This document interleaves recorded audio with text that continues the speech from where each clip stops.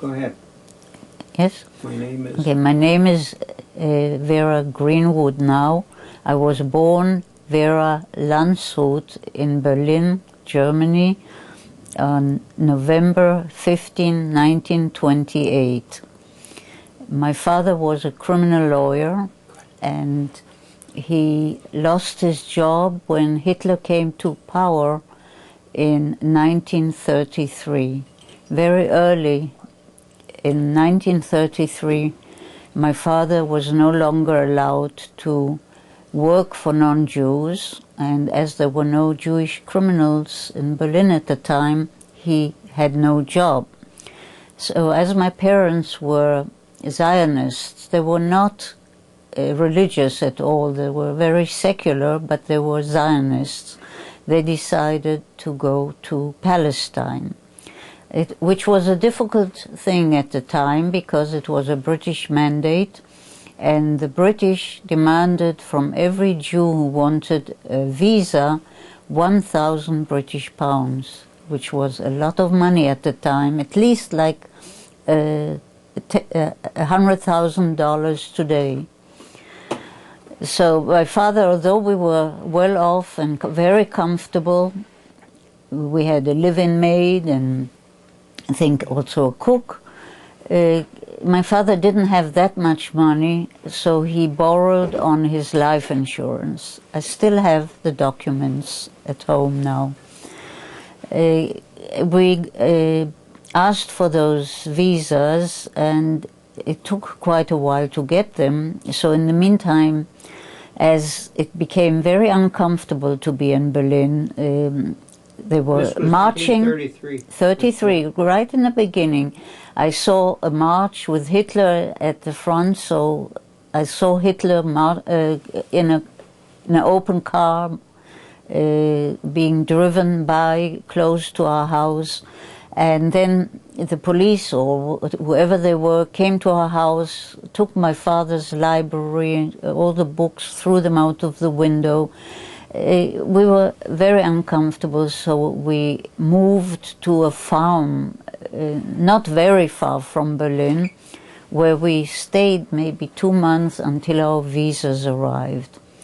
I know that we left in August.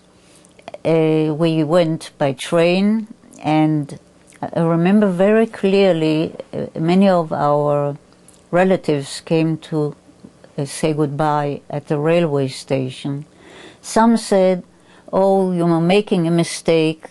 You'll be back in a few months." Others said, "I wish I had my visa and I could leave too." So there were different opinions at the time. Anyway, we took a train to Trieste, which was the port where we got our enormous ship. It was called the Compiègne. The Germans destroyed it during World War II because it was used probably for bringing in food during the war. It was an enormous ship, very nice, and it was about 5, 6, maybe 7-day trip to get to Palestine. Were there many other passengers? Many passengers, and my parents... Mostly Jewish passengers? Many Jewish passengers. But they needed a visa to... Yes, all had visas to Palestine. And they had many friends on the ship. I don't know if newfound friends or old friends, but my parents felt very comfortable. There were no children my age. There were older children. I was still very young. After a few days I got very sick. I got a terrible ear infection, so the rest of the time I stayed in bed. You were the only child? Yeah, that was another problem. My mother was pregnant, but she lost the baby with all the turmoil that happened. While we were in the farm, she lost the baby, and she was already in the 7th month, and we knew it was a boy. So it's another thing that Hitler killed. Yeah. So I remained an only child. When we arrived, it was a real culture shock, because Palestine at the time was a very primitive country. It was still fairly empty, because in the 19th century, Mark Twain was in the Holy Land, and he saw a desolate, empty country with only a few Jewish and Muslim people, very few. It's only started to get populated at the end of the 19th century, when the pogroms in Poland and Russia were so bad that people started coming in and populating, cleaning up, drying the swamps. It was so primitive. When we came, there were no roads, there were no refrigeration. Meat, when the butcher shops, the meat was just hanging outside the shops with thousands of flies on them. And the merchants were sitting in the dust, showing their ware. It was just unbelievable. I don't think there's a country in the world that is that primitive today as Palestine was at the time. 33. Very, very primitive. And in the beginning we lived in a small room and looked for a place to live. And someone was building a house, and he demanded that my parents, in order to rent an apartment, they had to rent 2 apartments and a shop. And that's the only thing that was available, so they took it. My father thought, what can he do? And he decided he'll open a delicatessen, something that was unheard of in that country. And it would have gone quite well. When after we moved, we opened the shop. But my father was too pedantic, and when people, my mother was very good at making beautiful, all kinds of salads. But my father was so particular that he was the one who served the customers. My mother did the shopping and the preparing. And when a customer wanted half a pound of cheese, that's what my father was going to give him. If it's 2 grams or half an ounce more or less, he would cut and add and cut and add. And people got very impatient, so it didn't go that well. And then I got sick again. Many times I got these ear infections. Oh, so that lasted, and you were not able to take any medication for it? There weren't the right medications, but also we lived in Haifa, which is very humid. And the doctor said that I might not recover. I mean, I would recover, but it would come back every time if we stayed in Haifa. They advised them to move to Jerusalem. But this is already a whole year while we were living there. There's other stories. My grandmother joined us, and she was supposed to take care of the house and cook. But what she used to do is take all the stuff from the shop. It was easier. And this was the mother of my mother, who was a very strong personality. She had lived on her own since she was 37. She was a widow, and she had her own way of life, so it wasn't easy to live with her. Anyway, she did not marry or remarry. No, she had a good chance, but she had 2 young daughters, and she listened to them. They said they will jump out of the window if she'll marry again. And she listened to them and never got married again. And she lived for many, many years, till she was 91. Wow. Always alone.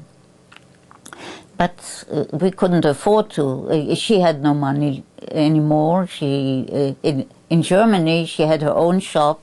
She used to do things that are not that popular anymore. She made these caps for sleeping, beautiful embroidery, nightgowns, that kind of thing. And she had her own shop. add some workers to oversee, and that's how she made a living. She had to take care of two very young children. My mother was, I think, 4 when her father died. Was that Haifa? Was No, that was in Germany. Oh, in Germany. In Germany. Okay. But once she left Germany and came to join us, she was, anyway, she was 64 years old and decided she's too old to learn another language. And anyway, there was 250,000 German Jews who had come to Palestine or were coming in the 30s because of Hitler, that it's so much easier for them to learn German than for her to learn Hebrew. Mm-hmm. So she never learned any language. She decided that she can make do without it. So she was a very strong character. Anyway, as I said, after about a year, my parents decided that it won't work in Haifa. The shop wasn't going too well, so they decided to move to Jerusalem, the way the doctors had suggested. So again, my parents had to look for a new apartment and a new career. So we found a very nice apartment, just 2 rooms, in the center of Jerusalem on Ben Yehuda Street. And my father was approached by a guy who said he'd like to have a partnership, and they'd sell a wholesale business parts and all kinds of stuff that is needed for businesses. So my father invested the rest of everything he had, and they started working together. But it again didn't last long. I don't know exactly, maybe a few months, maybe a little more, definitely less than a year.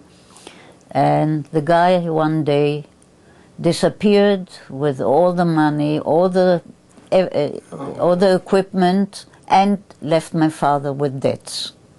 They said that he went to France, but nobody knew where he went, and so my father was desperate. He really was in shock. He didn't know what to do, and being so particular and correct, he didn't want to ask anyone for any help. So he bought poison for the 3 of us.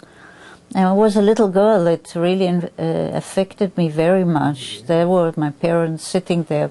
The people whom I were my pillars, I was dependent on, they were sitting crying. It was the last, they absolutely didn't know what to do anymore. Fortunately, we had relatives already living in Israel, Palestine. They already had come a little earlier than us, maybe a few months. And one of my uncles had started a pharmacy right in the center of Jerusalem on Zion Square. It still exists today. It's called the Alba Pharmacy. And I don't know, somehow they had more money. They were able to take more money with them. They didn't lose anything. They had a beautiful, enormous apartment in the center of Ben Yehuda Street, which is the main street in Jerusalem. Big apartment. And she was a dentist and had her business in the apartment, which was, I think, 6-7 rooms. So she had 1 room for a waiting room and 1 room where she worked, but she had 2 children too. Anyway, one of the daughters came to our house, invited us for dinner that night, and somehow my parents washed up, dressed, we went to dinner, and they somehow found a way to not commit suicide. The next few days, my father decided that he'll have a different occupation. He sold cheeses wholesale. He went from shop to grocery shop and sold cheeses. I mean, before he'd been a very successful attorney, and he wasn't that kind, but he had to make a living. And my mother found a job as a cook in a restaurant.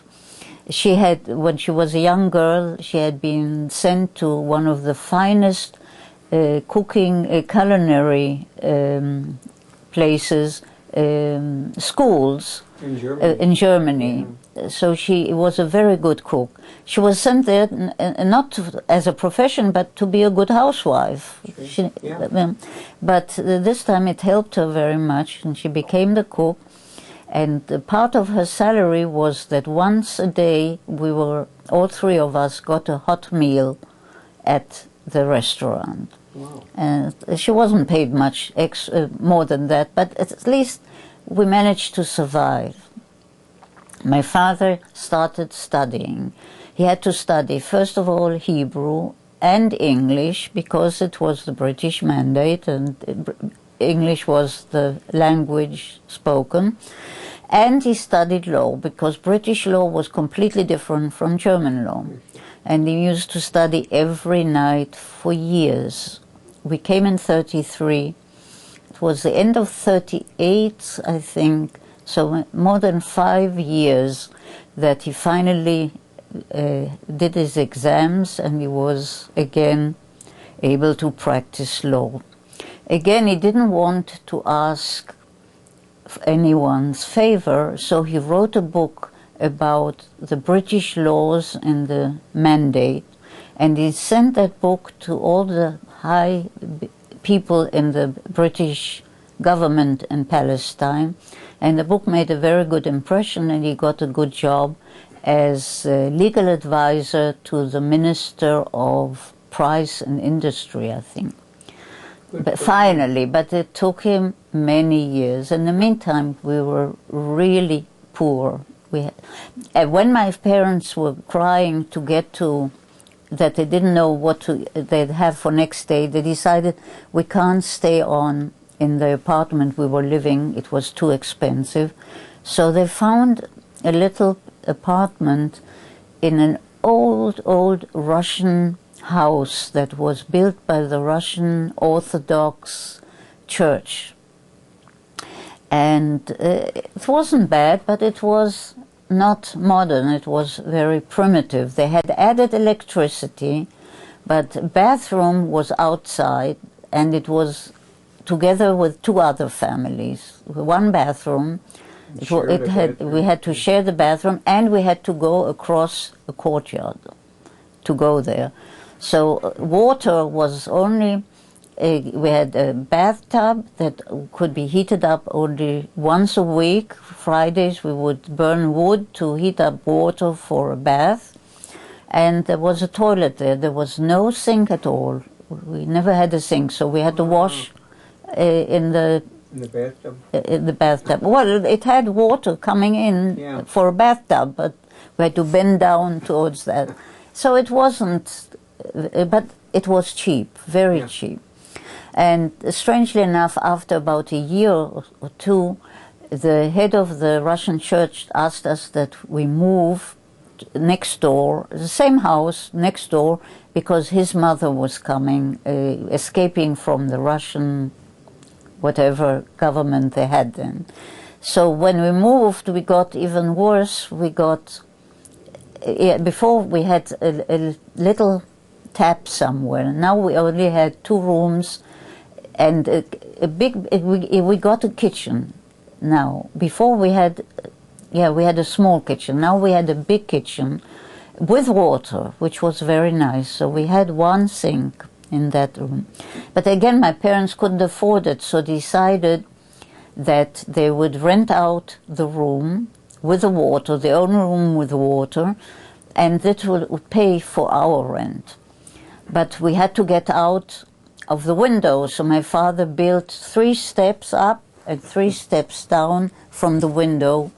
So from the second room, we walked through the window out to the courtyard to go to that single bathroom that was in the whole house that everybody shared. So it was a shared bathroom. Wow. Yes, one shared bathroom. I don't know how we managed, but we all did somehow.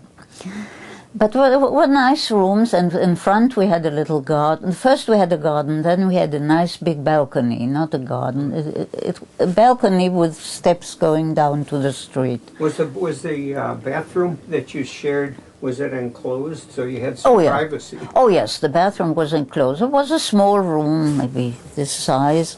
It had a bathtub and a toilet, that's it. Wow. Yeah.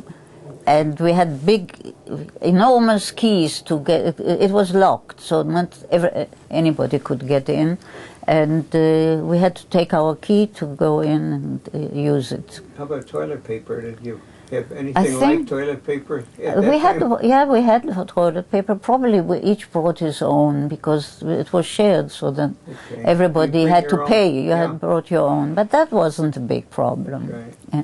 I remember also we had.